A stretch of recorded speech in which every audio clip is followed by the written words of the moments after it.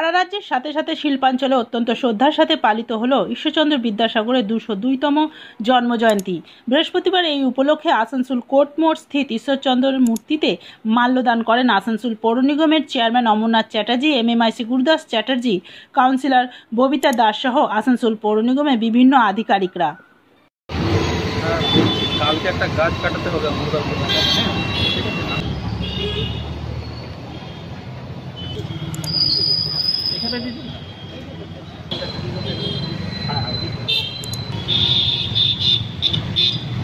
Councillor Shri শ্রদ্ধেয় গুরুদাস চট্টোপাধ্যায় মহাশয়।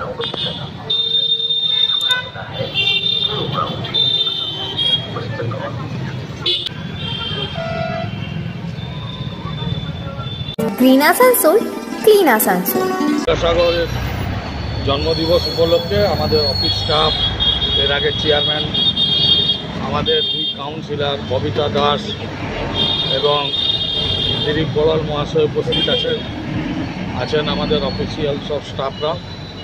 তো আজ বিদ্যাসাগরের সম্বন্ধে বলা আমার মনে হয় আমাদের দৃষ্টতা হবে, কারণ জাতির জন্য যে উনি রেখে গেলেন, ওনার যে চিন্তাধারা আমাদের কাছে পৌঁছে দিলেন, তাই আজকের দিনে ওনাকে শ্রদ্ধা জানাতে পেরে আমরা কৃতজ্ঞ।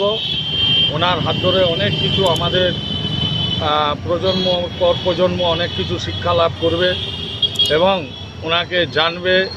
ওনার যে চিন্তাধারা তা বাস্তবায়িত যাতে করতে পারি আমরা, সেই প্রচেষ্টায় থাকবে।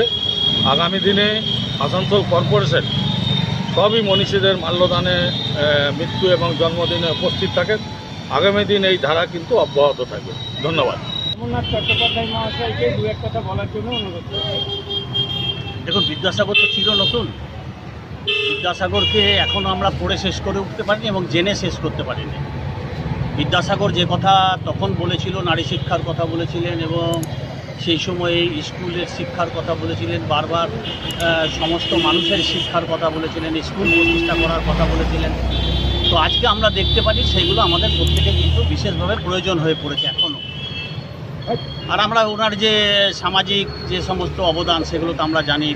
বাল্য বিধবা আইন পাস করানো, কোর্ট উইলিয়াম কলেজের শিক্ষকতা, তারপরে সংস্কৃতি কলেজে প্রধান শিক্ষক হওয়া, বিভিন্ন বই লেখা, যেটা বাংলা বর্ণ পরিচয়কে আমরা বিভিন্ন রকমভাবে আমরা